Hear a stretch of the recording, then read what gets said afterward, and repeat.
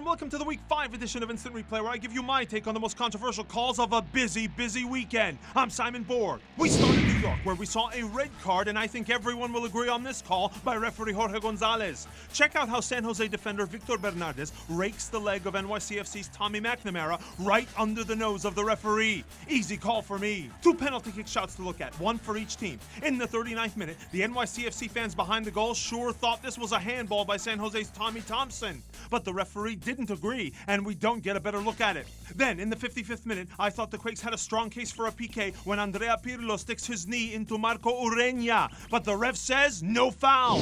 Next up, Chicago, where we saw an eventful debut for the Fire's Bastian Schweinsteiger. And how about this for dramatic finishes? The Fire equalized in stoppage time, then just before the final whistle, I thought they should have had the chance to win it from the spot. I thought Montreal's Hassoun Kamara tripped up David Accam here, but referee Ismail Elfa doesn't agree, and the match finishes 2-2.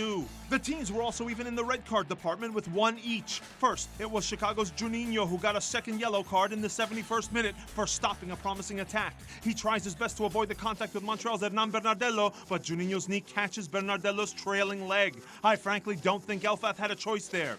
Then, 9 minutes later, it was the turn of Montreal's Victor Cabrera to receive his marching orders after he was judged to have denied an obvious goal-scoring opportunity. And I think that's a good call by Elfath. The foul and the heavy touch happened simultaneously.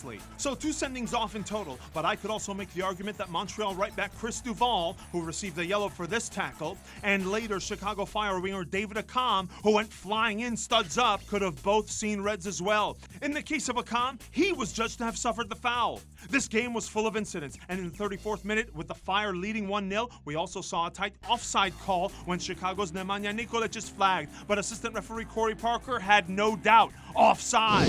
The most talked about call from the Seattle-Atlanta match was the 20th minute tackle by Julian Gressel on Seattle's Christian Roldan, but I thought referee Robert Sabiga handled it perfectly by issuing the yellow card. Based on the replays, Gressel's studs are never really exposed to me. He kicks him in the shin. The match finished scoreless, but I thought both sides had decent PK shouts. In the 27th minute, I felt Seattle defender Jordi Delem was holding the left arm of Jeff Lorenowitz, who was attempting to go up for a header in the box. No penalty called by Sabiga. Then, in the 60th minute, it was Seattle's Christian Roldan going down in the box on the challenge from Atlanta defender Leandro Gonzalez Pires, who was adamant it was a dive.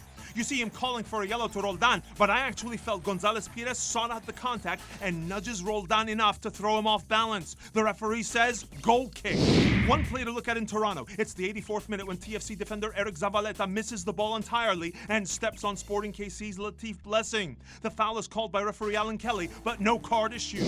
Columbus Crew SC are tied for the best record in MLS after their 2-0 win over Orlando, but there's a question mark on their opening goal in the 13th minute, and that's because the play starts with what looks like a foul by Artur on Orlando's Carlos Rivas. But referee Jose Carlos Rivero doesn't agree. Crew SC take the lead, and they don't look back. And hats off to assistant referee Brian Poschel for this offside call in the 33rd minute. That's tougher than it looks, and Ola Kamara is in fact ahead of the last defender. A well-managed match by referee Armando Villarreal and his crew in Minnesota, where the Loons won 4-2, but Real Salt Lake fan Kyle Brannon believes that Minnesota United's go-ahead goal by Christian Ramirez started with a foul committed by Ramirez, which wasn't called. And when I watch the replay, I have to agree. Look at how Ramirez is just manhandling RSL's Chris Wingert to win this ball before eventually peeling off to score the goal. As it was, the goal stood, and Minnesota got their first ever MLS win.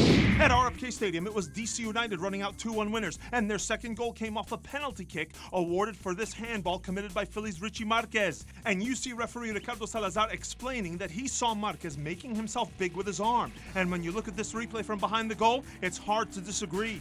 Now, the Union mounted a strong comeback attempt in this one, and things could have gotten really interesting had the visitors gotten the penalty kick in the 50th minute. You see DC Steve Birnbaum with the arm fully outstretched, preventing Chris Pontius from getting to this ball. And things would have gotten real interesting if DC's Marcelo Sarvas had seen red instead of yellow for this 2-footed stomp on Derek Jones right in front of the referee. Great eye by Salazar on this play in the 57th minute, where Philadelphia's Ilsinho goes down in the box. It sure looked like a PK in real time, but a closer look at the replay, and you see that was simulation. That's a great call, arguably the best of Week 5.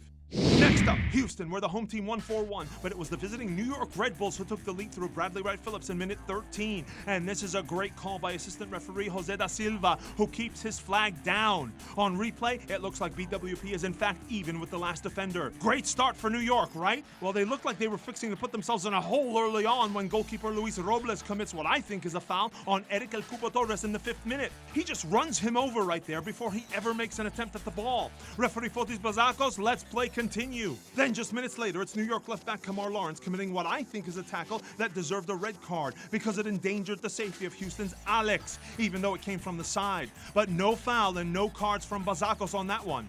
The Dynamo would overcome their rough start with 4 unanswered goals, but 2 of them created debate.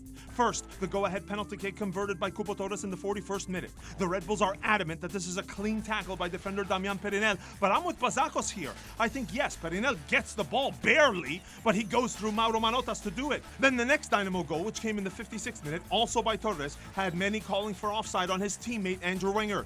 Now, when the ball leaves the foot of Torres, we'll all agree the goalkeeper has a clear line of sight of the ball. But on its way to goal, it's bending in Wenger's direction. Ultimately, whether this is deemed to be offside or not is a judgment call, which hinges on whether you think Wenger's presence influences the ability of Robles to make a play on the ball. The officials felt he did not impact Robles, so the goal stands. But I would have called it back because I feel Wenger ducking at the last second as he did impacts the save attempt.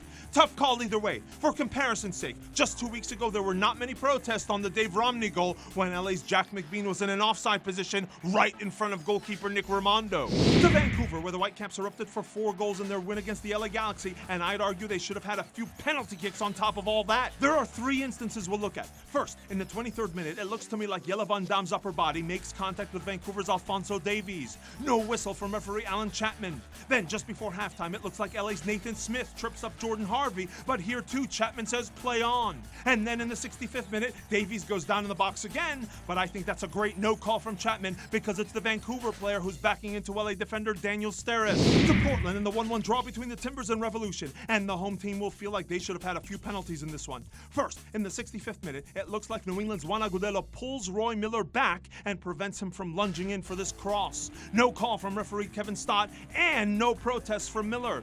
Then, in the 73rd minute, there was a similar play, this time between Portland's Fernando Adi and MLS debutant Joshua Smith, who applies the tug, but no call from Stott there either. The Revs also had a shout just seconds later when replays show that defender Alvis Powell applies the two-handed shove on Revs forward Kai Kamara just as he's about to go for the header. But Stott says play on. And these 2 teams gave Mr. Stott plenty to do, including some questionable challenges. There was this nasty Xavier Kouassi tackle on Diego Valeri from behind that I thought deserved a straight red, but Stott didn't show him a card, although he'd eventually get one in the game.